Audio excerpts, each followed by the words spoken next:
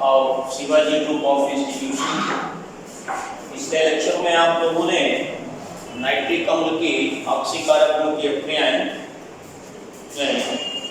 धातु की प्रकृति के आधार पर अनेक अभिक्रियाएं पढ़ी। अम्ल की सांद्रता 6% नाइट्रिक अम्ल, तंग नाइट्रिक अम्ल, सांद्र नाइट्रिक अम्ल से करके अम्ल की सांद्रता और धातु की प्रकृति के आधार पर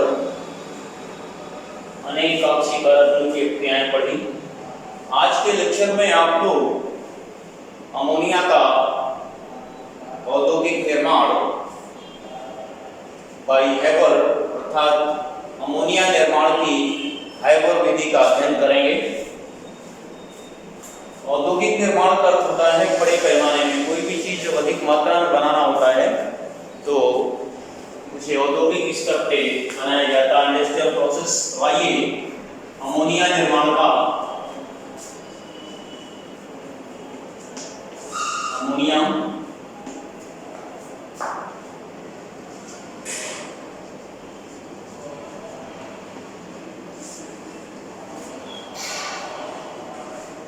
निर्माण की हैबर विधि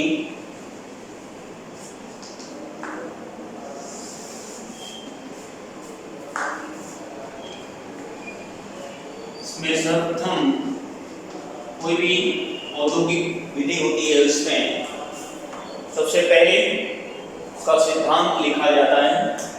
आइए हैबर विधि से अमोनिया निर्माण का क्या सिद्धांत है, इसमें एक रासायनिक समीकरण आपको लिखना है। N2 + 3H2 gives, ये आयरन यहाँ पर उत्प्रेरक का काम करता है और एक मॉलिब्डेनम उत्प्रेरक वर्धक वायुमंडलीय दाब यहाँ पर 200 atm तथा 500 डिग्री सेल्सियस टेम्परेचर रखा जाता है और उत्पाद के रूप में दो मॉलिक्यूल अमोनिया के बनते हैं और ये ऊष्माक्षेपी अभिक्रिया बनती है। इसी अभिक्रिया में जब ऊष्मा निकलती है तो ऊष्माक्षेपी अर्थात एक्सोथर्मिक, ये इसका सिद्धांत है। आइए अब इसका आगे डायग्राम होगा, एक प्लान होगा और इसके साथ साथ विभिन्न चरणों में क्या क्या क्रियाएं होती हैं। तो आइए सबसे पहले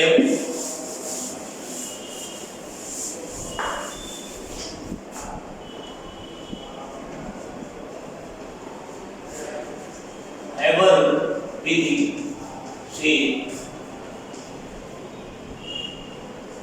अमोनिया का निर्माण निम्नलिखित चरणों में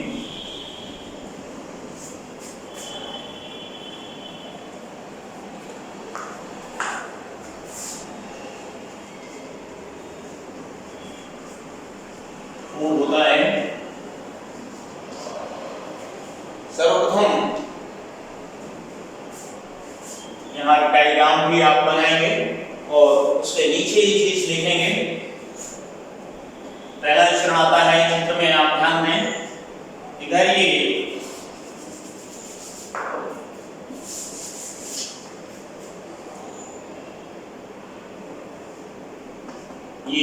N2 + H2 का 1:3 आयतन के अनुसार लेते हैं। आयतन के अनुसार, आयतनानुसार, और इसको संपीडक होता है कंप्रेसर। ये बुक की मदद से आप डायग्राम बनाएंगे। ये संपीडक, ये वैसे मिश्रण को पहले इसमें जो कि कंप्रेस किया जाता है, इसके आयतन को अधिक दाब डालकर आयतन को मेंटेन किया जाता है, आयतन को रिड्यूस यानी कम किया जाता है। और इसके पश्चात ये गैसीय मिश्रण को फर्दर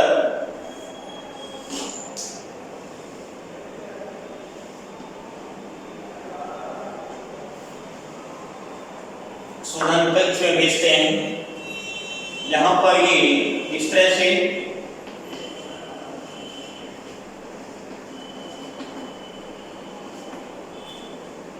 सोडा लाइन रहता है, इसमें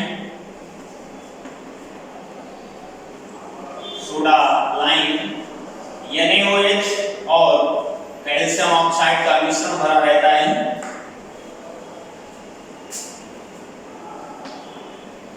तो पहला मिश्रण आप लोग लिखेंगे,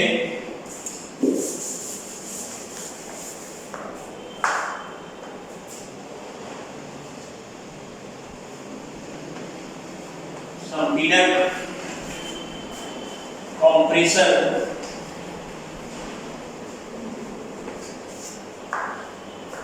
ये डायग्राम के साथ साथ अपने एक्सप्लेनेशन देते जाएंगे, चित्र पहले बना लेंगे, इसके बाद एक्सप्लेनेशन देंगे। तो देखेंगे उसमें एक चीज और ध्यान दें, ये जो नाइट्रोजन गैस है फाइबर प्रोसेस में कहाँ से ली जाती है और ये हाइड्रोजन कहाँ से ली जाती है, इसके लिए आप इसको समझ लें। जो नाइट्रोजन को हवा यानी वायु से लिया जाता है, एयर को कंप्रेस किया जाता है, उसे द्रवित किया जाता है और द्रवित वायु में ऑक्सीजन और नाइट्रोजन एक दूसरे से पृथक हो जाते हैं। ऑक्सीजन द्रव के रूप में रहती है और नाइट्रोजन गैस बाहर निकल जाती है। नाइट्रोजन वास्तव में ऑक्सीजन से हल्की है, इसलिए द्रवित करने पर ये ऑक्सीजन द्रव रूप में आ जाती है और एक गैस रूप में बनी रहती है। इस तरह से इसको पृथक कर लेते हैं। तो नाइट्रोजन द्रवित वायु और हाइड्रोजन का जो सोर्स है वो भाप अंगार गैस के रूप में ये आपका CO+H2 होता है। ये भाप अंगार गैस है, इससे हाइड्रोजन को प्राप्त करते हैं। तो इस तरह से फाइबर प्रक्रम में नाइट्रोजन का स्रोत क्या है, वायु को द्रवित करके नाइट्रोजन प्राप्त की जाती है और भाप अंगार गैस से हाइड्रोजन प्राप्त की जाती है। इन दोनों गैसों का 1:3 के अनुपात में मिश्रण को संपीड़क में भेजते हैं। ये देखेंगे द्रवित वायु से प्राप्त N2 व भाप अंगार व भाप अंगार गैस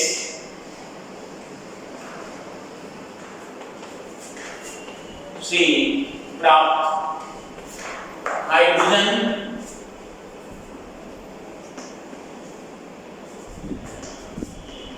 के 1:3 मिश्रण को संपीड़क में भेजते हैं।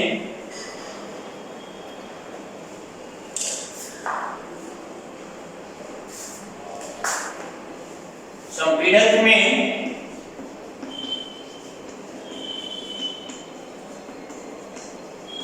उच्च दाब पर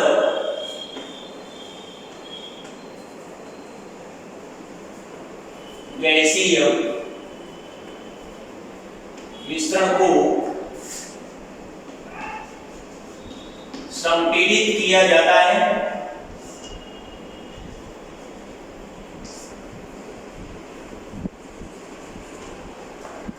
ये आप इस पॉइंट पे लिखेंगे संपीड़क। इसी क्रम में आगे हम इस संपीड़क से गैसीय मिश्रण को आगे फॉरवर्ड करते हैं। इसी क्रम में देखते जाएंगे आप, ये गैसीय मिश्रण है N2 प्लस और H2। यहाँ पर यहां से आगे चलेगा N2 प्लस H2। अब दूसरा पॉइंट देखेंगे शोधन कक्ष।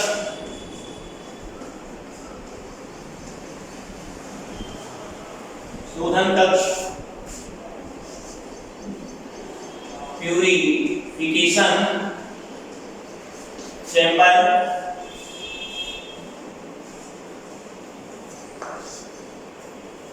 इस पॉइंट में आप आगे क्रमशः देखते चलेंगे। ये आपका शोधन कक्ष है। इस कक्ष में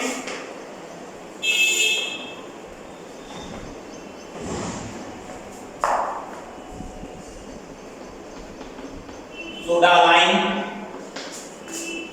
NaOH व चूने का मिश्रण रहता है, भरा होता है।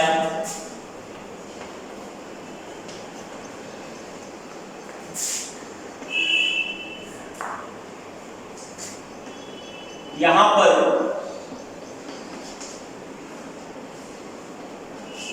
गैसीय मिश्रण में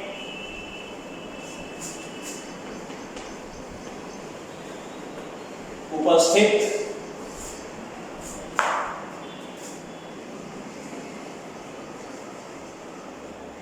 अशुद्धियां carbon monoxide, carbon dioxide, H2S, SO2 और जल दूर हो जाती है।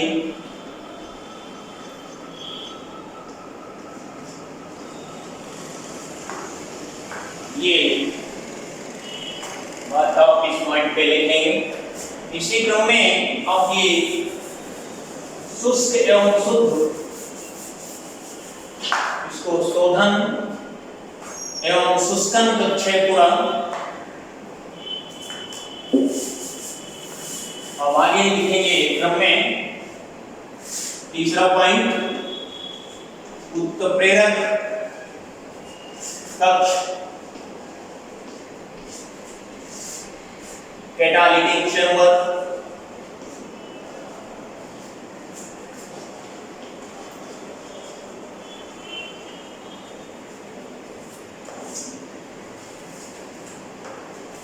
शोधन एवं शुष्कन कक्ष से जो गैसीय मिश्रण प्राप्त होता है उसे आगे उत्प्रेरक कक्ष में फॉरवर्ड करते हैं। तो देखें यहां पर इस तरह से ये उत्प्रेरक कक्ष बनेगा।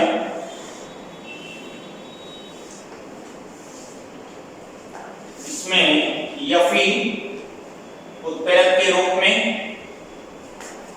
Fe चूर्ण व मॉलिब्डेनम वर्धक के रूप में उपस्थित रहता है। जब एक गैसीय मिश्रण यहाँ पर पहुंचता है तो इस कक्ष में रासायनिक परिवर्तन होता है, इसको आप लोग लिखेंगे उत्प्रेरक कक्ष में कि इस कक्ष में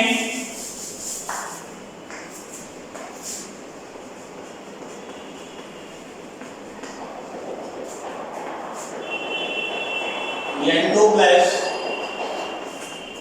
H2 का मिश्रण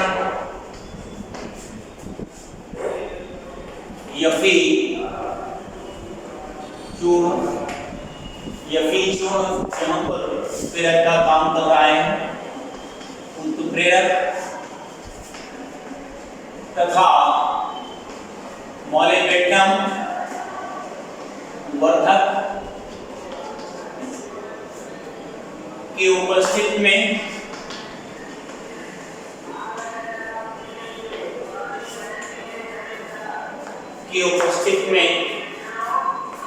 निम्नलिखित रासायनिक परिवर्तन होता है। निम्नलिखित रासायनिक परिवर्तन होता है।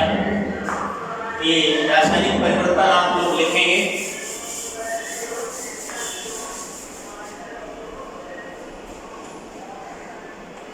N2 जो रिएक्शन आपने सिद्धांत में लिखा है उसको यहाँ पर नोट करेंगे। N2 plus H2 gives Fe as a catalyst, molybdenum as a promoter, यानी वर्धक के रूप में है ये। अमोनिया का निर्माण होता है और इसमें ऊष्मा यानी एनर्जी निकलती है और ये निकली हुई ऊर्जा ही आगे इसी कक्ष में टेम्परेचर को मेंटेन करती है। तो इसमें लिखेंगे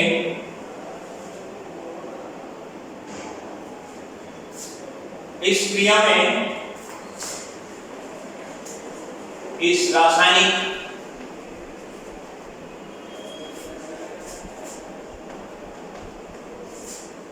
क्रिया में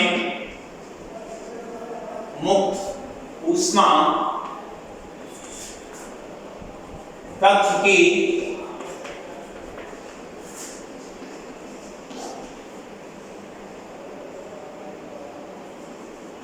ताप को नियत करती है।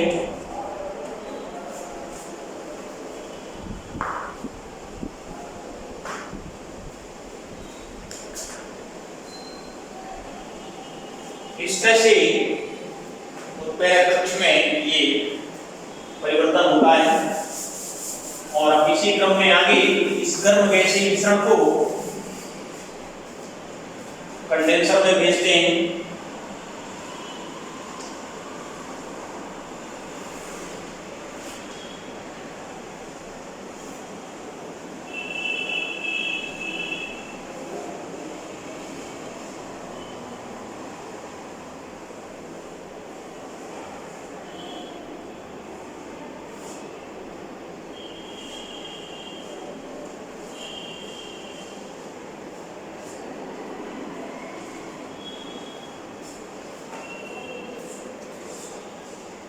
ये जो कंडेंसर है इसको संक्षिप्त हिंदी में बोलते हैं। यहाँ पर ये गर्म गैसीय मिश्रण N2 plus H2 plus ammonia, यहाँ अमोनिया फॉर्मेशन भी हो जाता है। एक बात ध्यान रखें, जो प्रारंभ में गैसीय मिश्रण का जो भी आयतन लिया जाता है उसका मात्र 1% मिश्रण अमोनिया में कन्वर्ट होता है।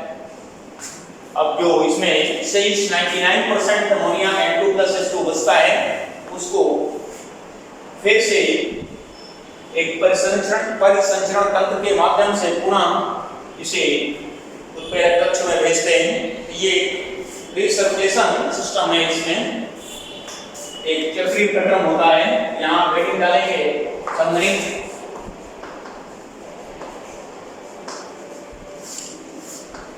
कंडेंसर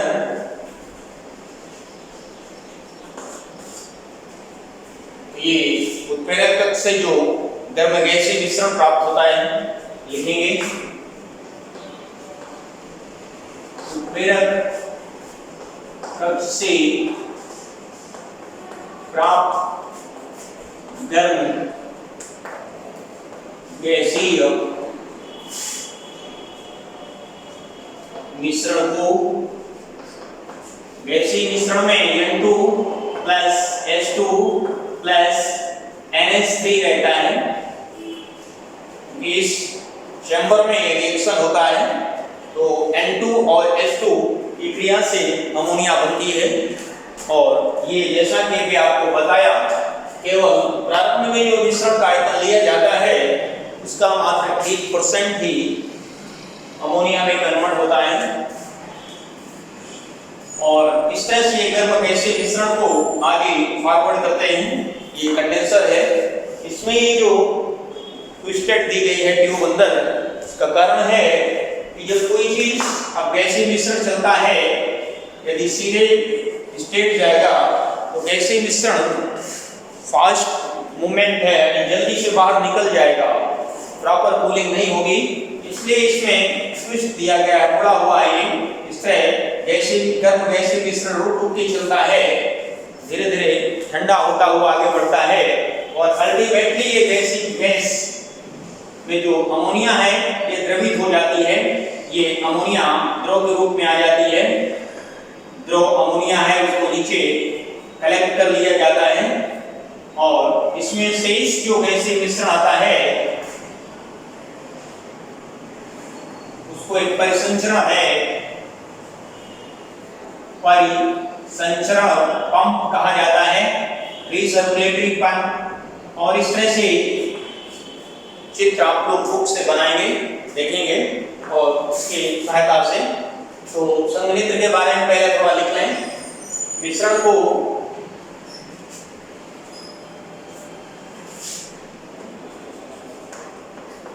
आगे संघनित्र में भेजते हैं, संघनित्र में भेजते हैं। यहां पर गैसीय मिश्रण में उपस्थित अमोनिया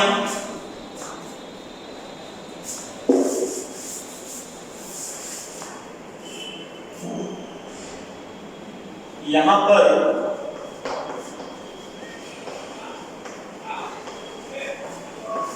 गैसीय मिश्रण में उपस्थित अमोनिया द्रवित हो जाता है,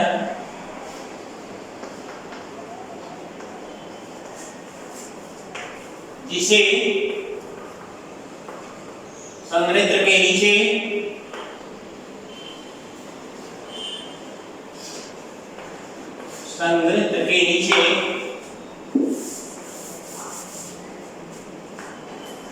रखे ग्राही पात्र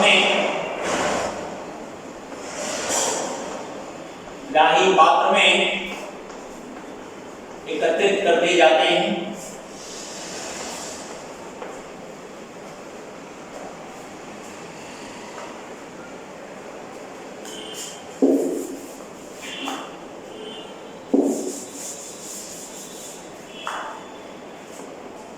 इस क्रिया में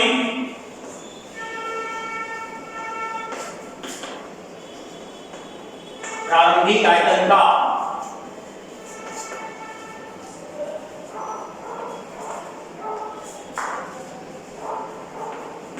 N2+H2 मात्र 1% आयतन अमोनिया में कन्वर्ट होता है, अमोनिया में परिवर्तित होता है।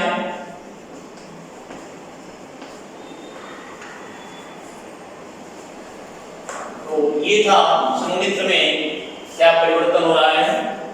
अब आगे लास्ट पॉइंट है परिसंचरण पंप। जैसा कि भी आपने देखा ये थे परिसंचरण पंप, यहाँ पर ये आगे फॉरवर्ड किया गया है।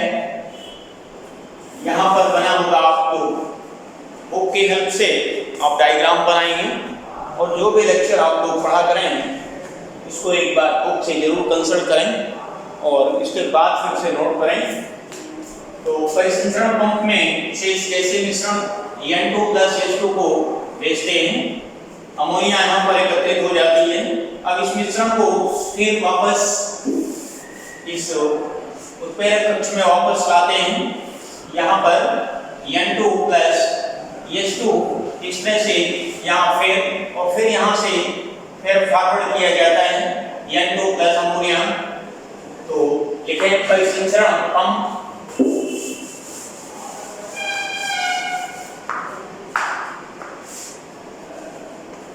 परिसंचरण पंप सर्कुलेटरी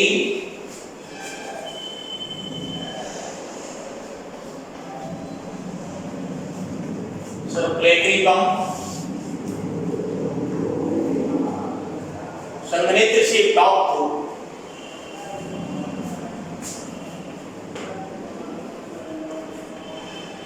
संघनित्र से प्राप्त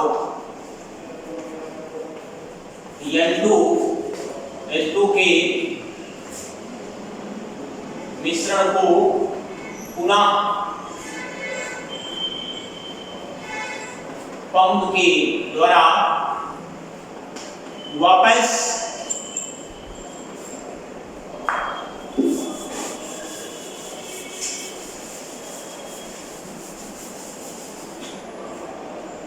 उत्प्रेरक कक्ष में भेजते हैं।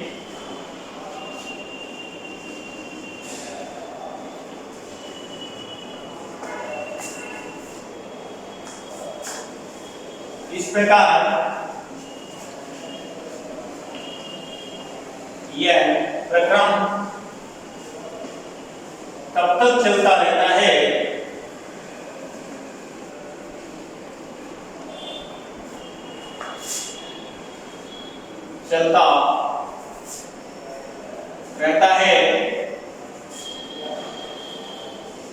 जब तक संपूर्ण N2+H2 का मिश्रण